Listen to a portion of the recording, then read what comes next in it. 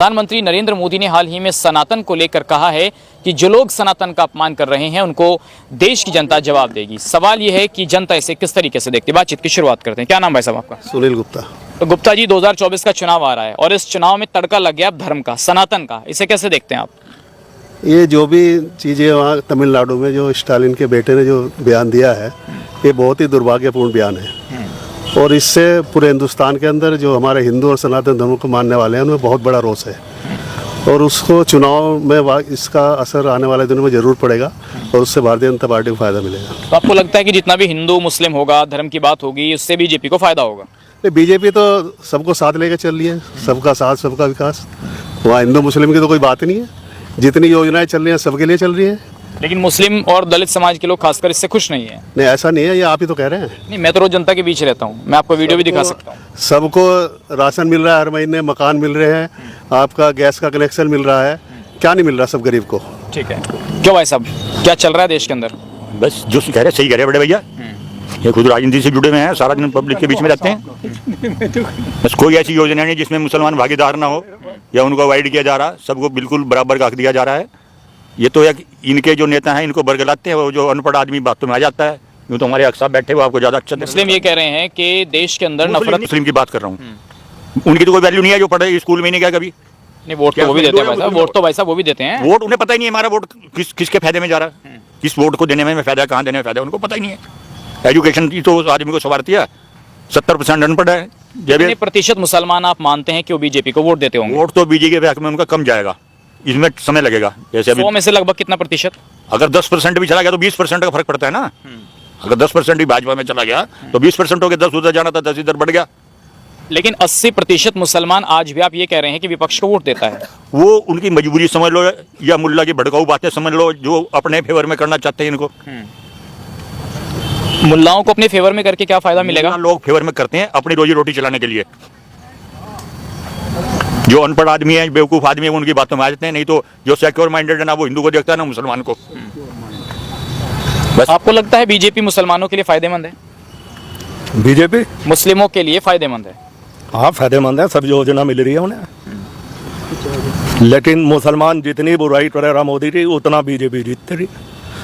जिस दिन मुसलमान मोदी की अच्छाई शुरू करता रहा, उस दिन हार जा रही बीजेपी।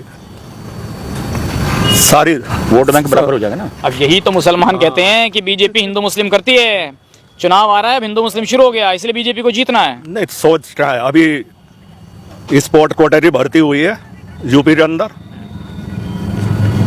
मेरी लड़की हुई थी, उसमें 240 वैकेंसी थी, 50 उसमें मुस्लिम भर्ती हुए। कहाँ भेदभाव है? घूमने जा रहा है अभी IAS बने, उसमें मुस्लिम भी है। अच्छा, ठीक है। आपको क्या लगता है बाबूजी, 2024 में जो बात हो रही है, सरकार पर आरोप है कि हिंदू मुस्लिम कर बीजेपी चुनाव जीतना चाहती है? तो सत्य है, क्यों गलत थोड़ी है, सत्य है। तो ये सच है कि बीजेपी हिंदू मुस्लिम कर चुनाव जीतना चाहती है? उसका सारा एजेंडा ही यही है, और क्या है? बीजेपी का ये एजेंडा है।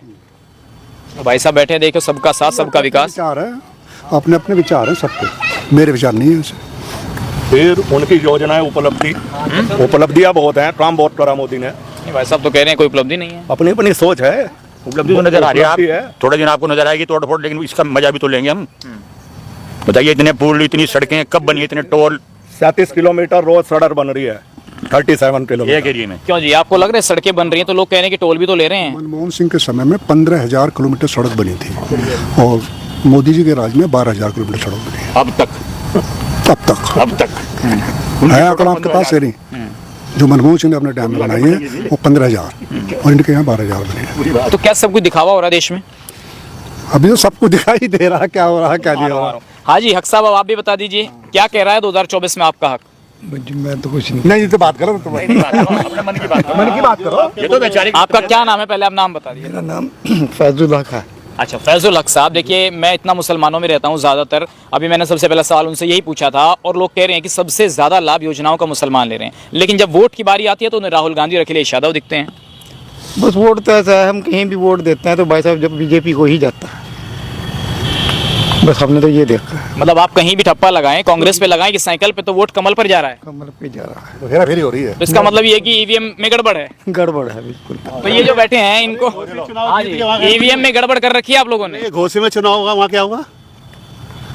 हाँ जी, अक्सर साहब ये बताइए, जो घोसी चुनाव जीतते हो, जब मैनपुरी जीतते हो, उपचुनाव जीतते हो, तब तो उससे तो गवर्नमेंट नहीं बनती ना, गवर्नमेंट तो आगे जब चुनाव बड़ा होगा उसमें बनेगी।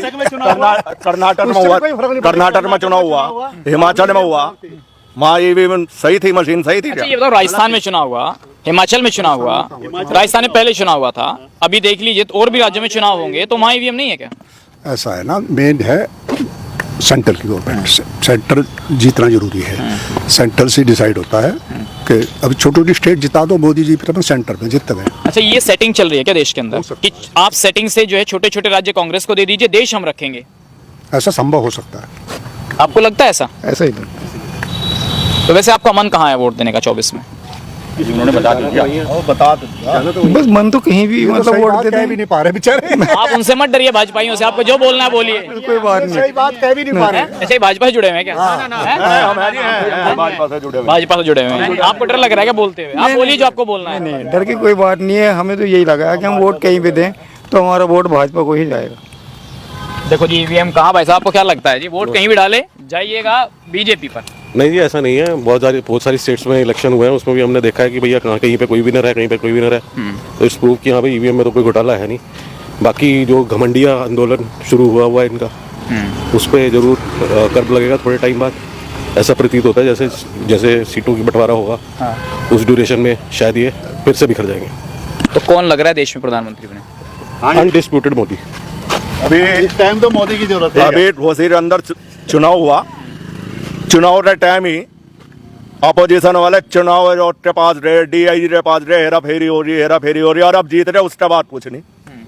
तो पहले से ही हाँ, पहले उसके बाद कुछ पहले नहीं। से ही चले गए, पहले चले रहे। अगर हार जाते हैं। देखिए आप आरोप समझिए, आरोप ये है कि घोसी का उपचुनाव होता है, जितने उपचुनाव होते हैं वो विपक्ष जीतता है, जितने मेन चुनाव होते हैं वो बीजेपी जीतती है। तो ये कह रहे हैं कि 90% जो उपचुनाव होते हैं सत्ताधारी जीतती है। नहीं, आप देख खतौली में हुआ, खतौली में चुनाव होता है 1 साल पहले, और उसके वो ये 2 रेयर में उसके बाद समाजवादी पार्टी जीती, डिम्पल यादव जीती। हाँ 90 वो तो मुलायम सिंह यादव की वजह से जीतती है, वो कोई ऐसी बहुत बड़ी बात नहीं। अध्यक्ष है वो नहीं, तो घोसी में जीती है। हाँ घोसी में भी आपको मैं बता दूं, सुन तो लो, वो गाने सुनाएंगे सुन लो, घोसी में भी आपको बता दूं, वो पहले भी वहां से समाजवादी पार्टी का जीतता हुआ था, कोई बहुत बड़ी उपलब्धि नहीं है। रफी साहब का लो जी, पहले भी समाजवादी पार्टी का जीतता हुआ था, कोई भाजपा से नहीं। आप बताइए क्या लग रहा है देश में, ईवीएम से चुनाव हो रहा है या फेयर एंड ट्रांसपेरेंट चुनाव हो रहे हैं देश में? ना कि मैं हेल्थ के लिए आया हूँ, मुझे इसके बारे में पॉलिटिक्स के बारे में नॉलेज ही नहीं देखिए है। पता तो आपको सब कुछ है, मैं भी जानता हूँ कि सब कुछ पता है, पता इन्हें भी सब कुछ है, हक साहब भी सब जानते हैं, लेकिन थोड़ा दिल की बात कह लीजिए ताकि जनता तक बात चली जाए। नहीं आपको समझ आती है? सब समझेंगे, आप बोलिए। नहीं, मैं बता रहा हूँ ना कि मुझे ज्यादा पॉलिटिक्स के बारे में अच्छा चलिए आप मेरे सवालों का जवाब दीजिए, मैं जानता हूँ आप नहीं बोलेंगे क्योंकि यहाँ और आपको दोस्ती खराब नहीं करनी। दूसरी बात ये है, यहाँ ऐसा है नहीं। अरे ये बुरा ना मान जाए आप। अभी आप इस तरह की चर्चा रोज होती है यहाँ, इस बात का कोई बंदी है सब आप। चलिए बताइए, अच्छा प्रधानमंत्री के तौर पर आप राहुल गांधी को एक परफेक्ट फेस मानते हैं? कोई भी नहीं मानता। मैंने बताया ना, मुझे इस बारे में ज्यादा नॉलेज नहीं है।